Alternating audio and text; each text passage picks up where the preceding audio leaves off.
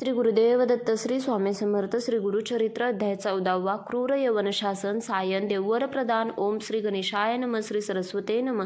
श्री गुरुभ्यो नम. श्री कुलदैवताय नम. नामधारक सिद्धमुनींना नमस्कार करून जय जयकार करून म्हणाला, ओ योगेश्वर, तुम्ही प्रत्यक्ष ज्ञानसागर आहात. मला गुरुचरित्रातील पुढचा कथा भाग सांगा, त्यामुळे मला ज्ञानप्राप्ती होईल. पोटदुखी मनावर श्री गुरु प्रसन्न झाले. मग पुढे काय झाले ते मला सविस्तर सांगावे. नामधारकाने अशी विनंती केली असता सिद्धयोगी म्हणाले, बरं शिष्य, ऐक.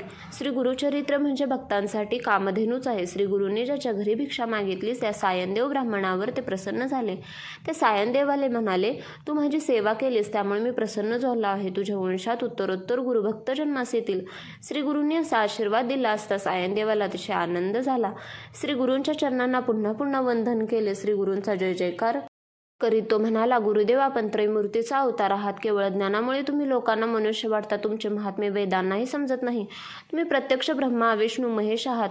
आपल्या भक्तांचा उद्धार करण्यासाठी, त्यांना सन्मार्गाला लावण्यासाठीच तुम्ही मनुष्याचा वेश धारण केला आहे. मी तुमचे महात्म्य वर्णन करू शकत नाही. तथापि माझी आपणास एक प्रार्थना आहे. माझ्या कुळात भक्तीची परंपरा कायम राहो. माझ्या कुळातील सर्वांना पुत्रपौत्रादी सर्व सुखे प्राप्त होत. शेवटी परलोकी त्यांना सद्गती लाभो अशी प्रार्थना करून सायनदेव म्हणाला, गुरुदेव, मी सध्या एका मोठ्या संकटात आहे. मी ज्या यवनाकडे सेवा चाकरी करतो अत्यंत क्रूर दृष्ट बुद्धीचा आहे. तो दरवर्षी ब्राह्मणांना ठार मारतो. आज त्याने मला ठार मारण्याचे ठरवले आहे. त्यासाठी त्याने मला बोलवले आहे. आज मी त्याच्याकडे गेलो की तो नक्कीच माझे प्राण घेईल. गुरुदेव, आज मला तुमचे चरणदर्शन झाले आहे. मला ते यवनाकडून मरण कसं येणार? सायनदेव असे म्हणाला असता श्रीगुरु त्याच्या मस्तकावर वरदहस्त ठेवून म्हणाले, तू कसलीही काळजी करू नकोस. तू मनात भीतीने बाळगता त्या यवनाकडे जा. तो तुझे काहीही वाईट करणार नाही. तो तुला अगदी प्रेमाने परत पाठवेल. तू परत येईपर्यंत मी येथेच थांबणार आहे, परंतु परत आलास की मी येथून जाईन. तू माझा भक्त आहेस. तुला वंश परंपरागत सर्व सुखे प्राप्त होतील. तुझ्या वंशवेलीचा विस्तार होईल. तुझ्या घरी लक्ष्मी कायम राहील. तुझ्या कुळातील सर्वजण शतायुष्य होतील. श्रीगुरूंनी असा वर दिला असता आनंदित झालेला सायनदेव या यवनाकडे गेला. सायनदेवाने त्या यवनाकडे पाहिले. तो काय? तो क्रूर यवन. त्याला यमासारखा वाटला. सायनदेवाला पाहताच तो यवन क्रोधाने लालेलाल झाला. त्याला तो अग्नीसारखा भयंकर तेजस्वी दिसू लागला. अत्यंत संतापलेला तो यवन घरात गेला. इकडे सायनदेव मन श्री गुरूंचे चिंतन करीत होता. वाळवीला क्रोध आला तर ती अग्निस्पर्श करू शकत नाही. त्याप्रमाणे ज्यावर गुरुकृपा असते त्यास क्रूर दृष्ट काय करील बरे?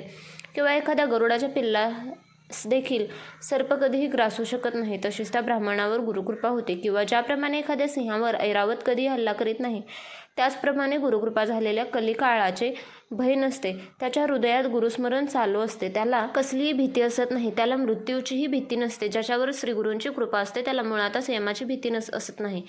त्या यवनात चक्कर येऊ लागली. अशा स्थितीत तो आडवा झाला. त्याला झोप आली.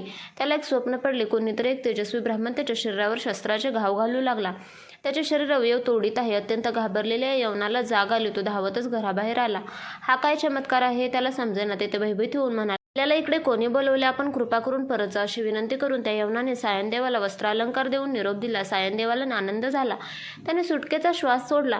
त्याच्या जीवावर बेतलेले संकट नाहीसे झाले होते. त्या यवनाने सायनदेवाला परत जाण्याची विनंती केली असता आनंदी झालेला सायनदेव धावत श्रीगुरूंना म्हणजे श्री नृसिंह सरस्वतींना भेटण्यासाठी गेला. नदी तीरावर सद्गुरू श्री नृसिंह सरस्वती आपल्या शिष्यांच्या समवेत बसले होते.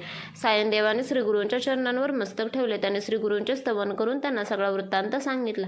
त्यावेळी, आम्ही आता दक्षिणेकडे तीर्थयात्रेसाठी जात आहोत असे श्रीगुरूंनी सांगितले. हे ऐकताच सायनदेव हात जोडून म्हणाला, गुरुदेव, मलाही तुमच्याबरोबर न्या. तुमच्याशिवाय मी एक क्षणही राहू शकत नाही. आपणच रक्षण करते आहात, त्यामुळेच मला जीवदान मिळाले आहे. भागीरथीने आपल्या पूर्वजांच्या उद्धारासाठी गंगा आणली. त्याप्रमाणे तुम्ही मला भेटला आहात. आपण भक्तवत्सल आहात. मग माझा त्याग का करता? आता काही झाले तरी मी आपल्याबरोबर येणारच असे म्हणून सायनदेवाने श्रीगुरूंच्या चरणांना मिठी मारली. सायनदेवाने अशी विनवणी केली असता प्रसन्न झालेले श्रीगुरू नृसिंह सरस्वती त्याला समजावीत म्हणाले, सायदेवा, आम्ही दक्षिणेकडे तीर्थयात्रेसाठी जात असलो तरी 15 वर्षांनी तुला पुन्हा दर्शन देऊ. आम्ही तुझ्या गावाजवळच राहू. मग तू आम्हाला पुत्र कलत्रासह मला भेटावयासे. आता तू कसलीही चिंता करू नकोस. तुझी सर्व संकटे नाहीशी झाली आहेत असे आश्वासन देऊन श्रीगुरूंनी सायनदेवाच्या मस्तकावर वरदहस्त ठेवला. मग ते आपल्या शिष्यांसह तीर्थयात्रा करीत वैजनाथ क्षेत्री तेथे ते गुप्तपणे राहिले. ही कथा ऐकल्यावर नामधारकाने सिद्धमुनींना विचारले, श्री गुरु नृसिंह सरस्वती वैजनाथ क्षेत्री गुप्तपणे का राहिले? त्यांचे ते शिष्य होते, त्यांना कोठे ठेवले? सर्व इच्छा पूर्ण करणारे श्री गुरुचरित्र म्हणजे साक्षात कामधेनूच आहे.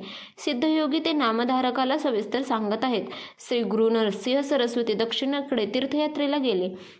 ही सुरस कथा पुढील अध्यायात आहे, ती ऐकण्यासाठी मन एकाग्र करा. अशा रीतीने श्री गुरुचरित्रामृतातील क्रूर यवन शासन सायनदेव वर प्रदान नावाचा अध्याय 14वा समाप्त. श्री गुरुदेव दत्त. श्री स्वामी समर्थ.